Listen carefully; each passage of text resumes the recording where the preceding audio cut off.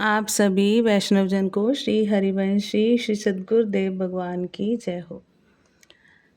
आज हम महाराज की कृपा से गुरु चरणों के बल से, गुरु चरणों के आश्रय से श्री भक्तमाल जी से श्री हनुमान जी का पावन चरित्र श्रवण पठन करने का प्रयास करेंगे और श्रवण कर हम मनन चिंतन कर अपने आचरण में उतारने का प्रयास करेंगे। भगवान शंकर के अंश से वायु के द्वारा कपिराज केसरी की पत्नी अंजना में हनुमान जी का प्रादुर्भाव हुआ। मर्यादा पुरुषोत्तम श्री राम की सेवा शंकर जी अपने रूप से तो कर नहीं सकते थे, अतएव उन्होंने 11वें रुद्र रूप को इस प्रकार वानर रूप में अवतरित किया। जन्म के कुछ ही समय के पश्चात महावीर हनुमान जी ने उगते हुए सूर्य को कोई लाल लाल सा फल समझा और उसे निगलने आकाश की ओर दौड़ पड़े। उस दिन सूर्य ग्रहण का समय था। राहु ने देखा कि कोई दूसरा ही सूर्य को पकड़ने आ रहा है, तब वह उस आने वाले को पकड़ने चला, किंतु जब वायुपुत्र उसकी ओर बढ़े तब वह डरकर भागा।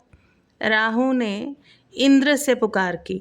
ऐरावत पर चढ़कर इंद्र को आते देख पवन कुमार ने ऐरावत को कोई बड़ा सा सफ़ेद फल समझा और उसी को पकड़ने के लिए लपके। घबरा कर देवराज ने व्रज से प्रहार किया। व्रज से इनकी ठोडी हनु पर, ठोड़ी को हनु बोलते हैं, व्रज से इनकी ठोड़ी पर चोट लगने से वह कुछ टेढ़ी सी हो गई। इसी से ये हनुमान कहलाने लगे। व्रज लगने पर ये मूर्छित होकर गिर पड़े। पुत्र को मूर्छित देखकर वायुदेव बड़े कुपित हुए। उन्होंने अपनी गति बंद कर ली। श्वास रुकने से देवता भी व्याकुल हो गए। अंत में हनुमान जी को सभी लोकपालों ने अमर होने तथा अग्नि जल वायु आदि से अभय होने का वरदान देकर वायुदेव को संतुष्ट किया। जाति स्वभाव से चंचल हनुमान ऋषियों के आश्रमों में वृक्षों को सहज चपलतावश तोड़ देते तथा आश्रम की वस्तुओं को अस्त व्यस्त कर देते थे। अतः ऋषियों ने उन्हें श्राप दे दिया, तुम अपना बल भूले रहोगे। जब कोई तुम्हें स्मरण दिलाएगा तभी तुम अपने बल का भान होगा। तुम अपना बल भूले रहोगे, जब कोई तुम्हें स्मरण दिलाएगा तभी तुम्हें अपने बल का भान होगा। ऐसा ऋषियों ने श्री हनुमान जी को श्राप दे दिया। तब से ये सामान्य वानर की भांति रहने लगे। माता के आदेश से सूर्य नारायण के समीप जाकर वेद वेदांग प्रभृति समस्त शास्त्रों एवं कलाओं का इन्होंने अध्ययन किया। उसके पश्चात किष्किंधा में आकर सुग्रीव के साथ रहने लगे। सुग्रीव जी ने इन्हें अपना निजी सचिव बना लिया। सुग्रीव जी ने इन्हें अपना निजी सचिव बना लिया। जब बाली जी ने सुग्रीव को मारकर निकाल दिया तब भी ये सुग्रीव जी के साथ ही रहे। सुग्रीव जी के विपत्ति के साथ होकर ऋष्य मुकपर से उनके साथ ही रहते थे। सुग्रीव जी के विपत्ति के समय विपत्ति के साथी होकर ये उनके साथ ही रहते थे। बचपन में माता अंजना से बार बार आग्रह पूर्वक इन्होंने अनादि रामचरित्र सुना था। अध्ययन के समय वेद में पुराणों में श्री राम कथा का अध्ययन किया था। किष्किंधा आने पर यह भी ज्ञात हो गया कि परात्पर प्रभु ने अयोध्या में अवतार धारण कर लिया। अब वे बड़ी उत्कंठा से अपने स्वामी के दर्शन की प्रतीक्षा करने लगे। श्रीमद् भागवत जी में कहा गया है, जो निरंतर भगवान की कृपा की आतुर परीक्षा करते हुए अपने प्रारब्ध से प्राप्त सुख दुख को संतोष पूर्वक भोगते रहकर हृदय, वाणी तथा शरीर से भगवान को प्रणाम करता रहता है। फिर से श्रवण करें, बहुत ध्यान से श्रवण करें।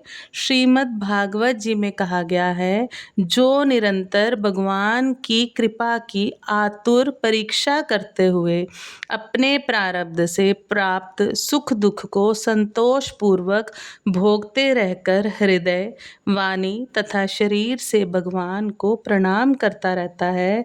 हृदय से भगवान का चिंतन, वाणी से भगवान का नाम गुण का गान कीर्तन तथा शरीर से भगवान का पूजन करता रहता है, वह मुक्ति पद का स्वतः अधिकारी हो जाता है। श्री हनुमान जी तो जन्म से ही माया के बंधनों से सर्वथा मुक्त थे। वे तो अहर्निश अपने स्वामी श्री राम जी के चिंतन में लगे रहते थे। अंत में श्री राम अपने छोटे भाई लक्ष्मण जी के साथ रावण के द्वारा सीता जी के चुरा लिए जाने पर उन्हें ढूंढते हुए आश्रम के पास पहुँचे। सुग्रीव को शंका हुई कि इन राजकुमारों को बाली ने मुझे मारने के लिए भेजा है, अतः परिचय जानने के लिए उन्होंने हनुमान जी को भेजा। विप्रवेश धारण कर हनुमान जी आए और परिचय पूछकर जब अपने स्वामी को पहचाना, तब वे उनके चरणों पर गिर पड़े और रोते रोते कहने लगे, एकू मैं मंद मोह बस, कुटिल हृदय अज्ञान, कुटिल हृदय अज्ञान, पुनि प्रभु मोहि बिसारेऊ, दीन बंधु भगवान, मोहि बिसारे ओ दीन बंधु भगवान। श्री राम जी ने उठकर उन्हें हृदय से लगा लिया। तभी से भगवान श्री अवधेश कुमार के चरणों के समीप ही रहे। हनुमान जी की प्रार्थना से भगवान ने सुग्रीव से मित्रता की और बाली को मारकर सुग्रीव जी को किष्किंधा का राज्य दिया। राज्य भोग में सुग्रीव को प्रमत्त होते देख हनुमान जी ने उन्हें सीता नवेश के लिए सावधान किया। राज्य भोग में सुग्रीव को प्रमत्त होते देख हनुमान जी ने उन्हें सीतान्वेषण के लिए सावधान किया। वे पवन कुमार ही वानरों को एकत्र कर लाए। श्री राम जी ने उनको ही अपनी मुद्रिका दी। 100 योजन समुद्र लागने का प्रश्न आने पर जब जामवत जी ने हनुमान जी को उनके बल का स्मरण दिलाकर कहा कि आपका तो अवतार ही राम कार्य संपन्न करने के लिए हुआ है, तब अपनी शक्ति का बोध केसरी किशोर उठ खड़े हुए। उनके बल और बुद्धि का ज्ञान प्राप्त करने के लिए देवताओं के द्वारा भेजी हुई नाग माता सुरसा को संतुष्ट करके समुद्र में छिपी राक्षसी सिंहिका को मारकर हनुमान जी लंका पहुँचे। द्वार रक्षिका लंकनी को एक ही घूंसे में सीधा करके छोटा रूप धारण करके ये लंका में रात्रि के समय प्रविष्ट हुए। विभीषण जी से पता पाकर अशोक वाटिका में जानकी माता के दर्शन किए। उनको आश्वासन देकर अशोक वन को उजाड़ डाला। रावण के भेजे राक्षसों तथा रावण पुत्र अक्षय कुमार को भी मार दिया। मेघनाथ इन्हें ब्रह्मास्त्र में बांधकर राज्यसभा में ले आया। वहाँ रावण को भी हनुमान जी ने अभिमान छोड़कर भगवान की शरण लेने की शिक्षा दी। राक्षस राज की आज्ञा से इनकी पूंछ में आग लगा दी गई। इन्होंने उसी अग्नि से सारी लंका फूंक दी। सीता जी से चिन्ह स्वरूप चूड़ामणि लेकर भगवान श्री राम के समीप लौट आए। समाचार पाकर श्री राम ने युद्ध के लिए प्रस्थान किया। समुद्र पर सेतु बांधा गया, संग्राम हुआ और अंत में रावण अपने समस्त अनुचर बंधु बांधवों के साथ मारा गया। युद्ध में श्री हनुमान जी का पराक्रम, उनका शौर्य, उनकी वीरता सर्वोपरि रही। वानरी सेना के संकट के समय वे सदा सहायक रहे। राक्षस उनकी हुंकार से ही कांपते थे। लक्ष्मण जी जब मेघनाद की शक्ति से मूर्छित हो गए, तब मार्ग में पाखंडी काल नेमी को मारकर द्रोणाचल को हनुमान जी उखाड़ लाए। इस प्रकार संजीवनी औषधि आने से लक्ष्मण जी को चेतना प्राप्त हुई।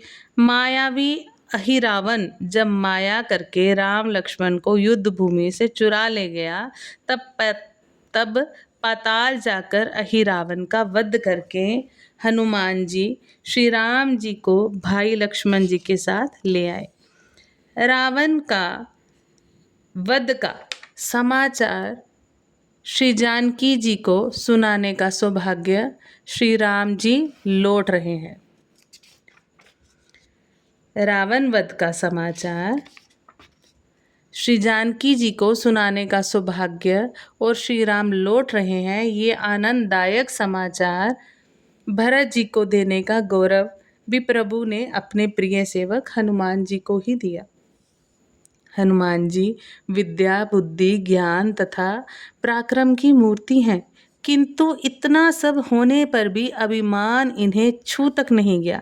जब वे लंका जलाकर अकेले ही रावण का मान मर्दन करके प्रभु के पास लौटे और प्रभु ने पूछा कि त्रिभुवन विजयी रावण की लंका को तुम कैसे जला सके, तब उन्होंने उत्तर दिया, साखा मृग के बड़ी मनुसाई, साखा ते साखा पर जाई। नागी सिंधु हाटकपुर जारा, निश्चर गणपति विपिन उजारा। सो सब तब प्रताप रघुराई, नात न कछु मोरी प्रभुताई।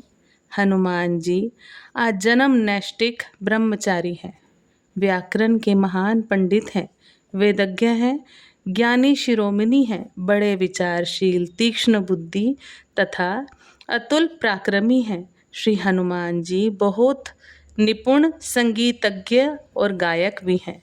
एक बार देव ऋषि दानवों के एक महान सम्मेलन में जलाशय के तट पर भगवान शंकर तथा देवर्षि नारद जी आदि गा रहे थे। अन्य देव ऋषि दानव भी योग दे रहे थे। इतने में ही हनुमान जी ने मधुर स्वर से ऐसा सुंदर गान आरंभ किया कि जिसे सुनकर उन सबके मुख मलान से हो गए। जो बड़े उत्साह से गा बजा रहे थे, वे सभी अपना अपना गान छोड़कर मोहित हो गए तथा चुप होकर सुनने लगे। उस समय सिर्फ केवल हनुमान जी ही गा रहे थे। जब तक पृथ्वी पर श्री राम की कथा रहेगी, तब तक पृथ्वी पर रहने का वरदान उन्होंने स्वयं प्रभु से मांग लिया था। श्री राम जी के अश्वमेघ यज्ञ में अश्व की रक्षा करते समय जब अनेक महासंग्राम हुए, तब उनमें हनुमान जी का पराक्रम ही सर्वत्र विजयी हुआ। महाभारत में भी केसरी कुमार का चरित्र है। वे अर्जुन के रथ की ध्वजा पर बैठे रहते थे। उनके बैठे रहने से अर्जुन के रथ को कोई पीछे नहीं हटा सकता था। कई अवसरों पर उन्होंने अर्जुन की रक्षा भी की। एक बार भीम, अर्जुन और गरुड़ जी को आपने अभिमान से भी बचाया था। कहते हैं कि हनुमान जी ने अपने व्रजनख से पर्वतों की शिलाओं पर एक रामचरित्र काव्य लिखा था। उसे देखकर महर्षि वाल्मीकि जी को दुख हुआ कि यदि ये काव्य फिर से श्रवण करें। कहते हैं कि हनुमान जी ने अपने वज्रनख अर्थात नाखून से पर्वत की शिखाओं पर एक रामचरित काव्य लिखा था। उसे देखकर महर्षि वाल्मीकि जी को दुख हुआ कि यदि ये काव्य लोक में प्रचलित हुआ तो मेरे आदि काव्य का समाधार ना होगा। ऋषि को संतुष्ट करने के लिए हनुमान जी ने वे शिलाएं समुद्र में डाल दी। सच्चे भक्त में यश मान बढ़ाई की इच्छा का लेश भी नहीं होता। वह तो अपने प्रभु का पावन यश ही लोक में गाता है। श्री राम कथा श्रवण राम नाम कीर्तन के हनुमान जी अनन्य प्रेमी हैं।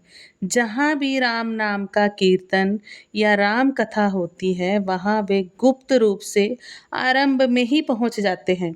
दोनों हाथ जोड़कर सिर से लगाए सबसे अंत तक वहाँ वे खड़े ही रहते हैं। प्रेम के कारण उनके नेत्रों से बराबर आंसू झरते रहते हैं। रावण के कोष में समुद्र मंथन के समय निकले सभी दिव्य रत्न संचित थे।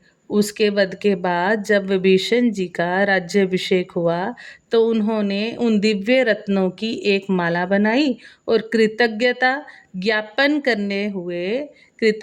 ज्ञापन करते हुए उसे श्री राम प्रभु के चरणों में अत्यंत भक्तिपूर्वक निवेदित किया। उस दिव्य रत्नमाला के लिए समस्त वानर भालुओं का मन लालायित हो गया। वहाँ श्री हनुमान जी भी थे, परंतु उनका मन तो अपने आराध्य प्रभु श्री राम के रूप का साधु का पान करने में ही मगन था। ये देखकर प्रभु ने वह माला श्री हनुमान जी के गले में डाल दी। हनुमान जी ने उस माला को उलट पुलट कर देखा, फिर उसके एक एक रत्न को निकालकर अपने वज्र सदृश दांतों से तोड़ तोड़ कर देखने लगे। उन्हें ऐसा करते देख विभीषण जी ने पूछा, हनुमान जी आप इन अमूल्य रत्नों को क्यों नष्ट कर रहे हो? हनुमान जी ने अनमने भाव से उत्तर दिया, इन रत्नों में प्रभु श्री राम नाम अंकित नहीं है, इसलिए ये मेरे लिए मूल्यहीन है। हनुमान जी ने अनमने भाव से उत्तर दिया, इन रत्नों में मेरे प्रभु श्री राम का नाम अंकित नहीं है, इसलिए ये मेरे लिए मूल्यहीन है। इस पर विभीषण जी ने कहा, आपके शरीर पर भी तो कहीं राम नाम अंकित नहीं है, फिर इसे आप क्यों धारण किए हैं? इस पर श्री हनुमान जी ने अपना हृदय चीर कर दिखाया तो उनके अनस्त तल में अर्थात उनके हृदय में विराजमान श्री राम सीता जी के दर्शन सबको हुए। आज हमने बहुत ही कृपा से श्री हनुमान जी के पावन चरित्र का गुरु कृपा से, क्योंकि हम नहीं उनका संतों का चरित्र, सिर्फ संतों का, भक्तों का, वैष्णवों का चरित्र हम सब गुरु कृपा के बल से ही हम सिर्फ कथा श्रवण या कथन कर पाते हैं। हम में तो कोई बल नहीं है। आज हमने बहुत ही पावन श्री हनुमान जी का पावन चरित्र पढ़कर गुरु कृपा से बहुत आनंदित अपने आप को महसूस कर रहे हैं। बहुत ही सौभाग्य है हम सभी का। क्या कहें, मेरे पास कोई शब्द नहीं आ रहा कहने के लिए कि आज बहुत कृपा से श्री हनुमान जी का पावन चरित्र पढ़ के अपने आप को कृतार्थ करने का सौभाग्य हम सबको मिला। और महाराज श्री कृपा करें हम सभी पर, हनुमान जी कृपा करें कि जैसे उनमें लेश मात्र भी उनमें अहम नहीं है, अनन्य भक्ति है प्रभु राम के सिवा। उनके रोम रोम में प्रभु श्री राम और माता सीता। तो ऐसे ही हनुमान जी कृपा करें, ऐसे ही हमारे गुरुदेव कृपा करें कि हम अनन्य भक्ति को धारण कर पाएँ। अनन्य भक्ति को धारण करके सभी में अपने प्रभु के दर्शन करके किसी के लिए भी हमारे हृदय में लेश मात्र भी अहम या भेदभाव ना हो, द्वेष चुगली निंदा ना हो। ऐसी हम गुरु कृपा से उनके श्री चरणों में याचना करते हैं कि हम में भी ऐसा बल वो प्रदान करें कि हम भी इन कथा को सुनकर इस मार्ग पर आगे बढ़कर प्रभु के रूप को समझकर, प्रभु के हर वस्तु पदार्थ में उनके तत्व को समझकर उन्हीं के चरणों में हमेशा हमेशा के लिए खो जाएं। आप सभी वैष्णव जन को श्री हरिवंशी श्री सद्गुरुदेव भगवान की जय हो। जय जय श्री राधे श्याम।